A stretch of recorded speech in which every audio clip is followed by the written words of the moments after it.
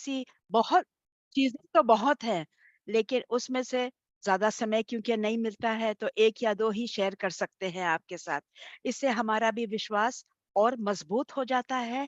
और हम लोग जानते हैं कि ये हमारा जो बाइबल है, इतिहास किताब है, जहाँ पे हम लोग ने इतिहास जो स्कूल्स में पढ़ते हैं, जहाँ पे शिवाजी के बारे में, राणा प्रताप के बारे में, मुगल्स के बारे में। लेकिन बाइबल में हम लोग देखते हैं कि ये भी इतिहास है, और हमारा परमेश्वर एक ऐतिहासिक इंसान है, और हम लोग उनके बारे में पढ़ते हैं।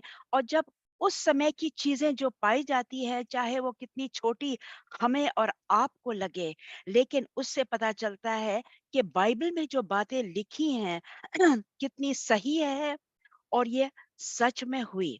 उसमें से एक मैंने जो पढ़ा, और मुझे बहुत हंसी आई उसके बारे में, तो मैंने सोचा कि आप भी हंसिए हमारे साथ।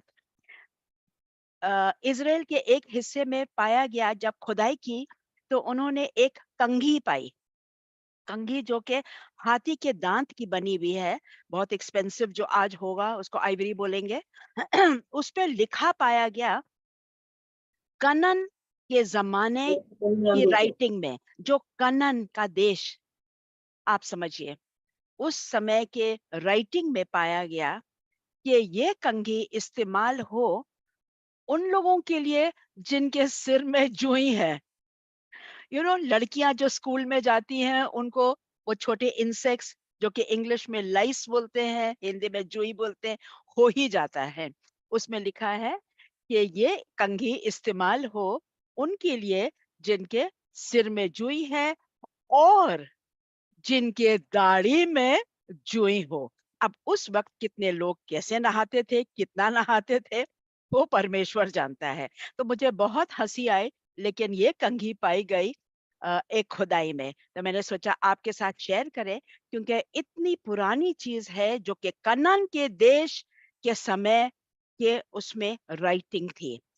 दूसरा एक बहुत इम्पोर्टेंट चीज है जो कि यीशु से लिंक होता है, वो है 1986, 1986 के साल में, अ, गैलिली का पानी, क्योंकि कोई वजह से शायद ज्यादा गर्मी हो, लेकिन पानी बहुत उतर गया, बहुत कम हो गया गैलिली के समुंदर में, और लोग आते जाते रह सकते थे। और क्योंकि जानते हैं कि इज़राइल में बहुत चीजें पाई जाती हैं जो कि पुरानी चीजें हैं और बहुत महत्वपूर्ण चीजें हैं, तो ये दो भाई घूम रहे थे उस पानी के हिस्से में, जो कि जहाँ पे पानी कम हो गया था, और उन लोगों को एक नाव का डिजाइन की एक लकड़ी दिखाई दी, और उन लोगों ने जाके इंटीमेशन दिया इंस्टीट्यूट में, जहाँ पे ये खुदाई के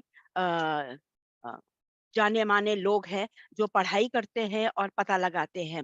और उन लोग ने आके बहुत ही आस्ते से, क्योंकि ये लकड़ी पहली बार उसने मौसम देखा और वातावरण में ये लकड़ी आ गई थी, क्योंकि अभी तक तो पानी में दबी हुई थी।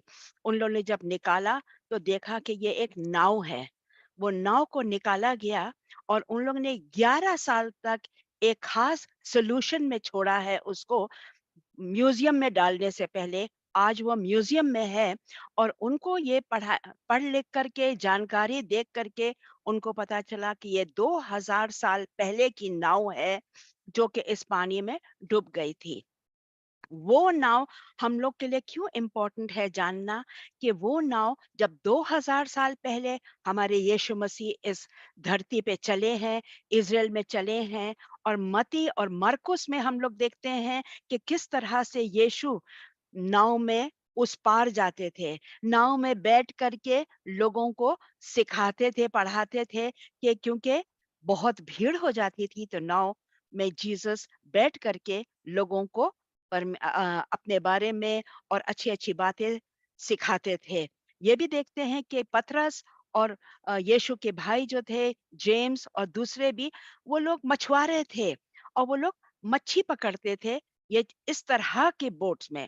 तो उन उसमें ये पता चला है कि किस डिजाइन का ये नाव उस समय यूज होता था, क्योंकि उसके बाद ये सिर्फ एक नाव 2000 साल पहले की नाव पाई गई है, उसके अलावा और कोई नाव नहीं। तो ये एक जाने से पता चलता है हम लोग को कैसे यूज होते थे। ये इसकी लंबाई है 27 मीटर, यानी कि 27 फुट, 8 से थोड़ा ज्यादा मीटर की लंबाई है, और 4 फुट गहराई है उसकी, और चौड़ाई है शायद 7.5 फुट की चौड़ाई। इसमें करीब 12 से 15 लोग बैठ सकते थे। तो हम लोग यही देख सकते हैं कि कितनी चौड़ी, पता नहीं अगर इस बोट में हमारे यीशु मसीह बैठे थे, लेकिन इतना तो हम लोग को मालूम है कि उस वक्त किस तरह के नाव इस्तेमाल होती थी। और जब आप इस इज़राइल जाएंगे, म्यूजियम में जरूर जाइए और इस बोट को भी देखिए। तो अगले हफ्ते तक, शलोम।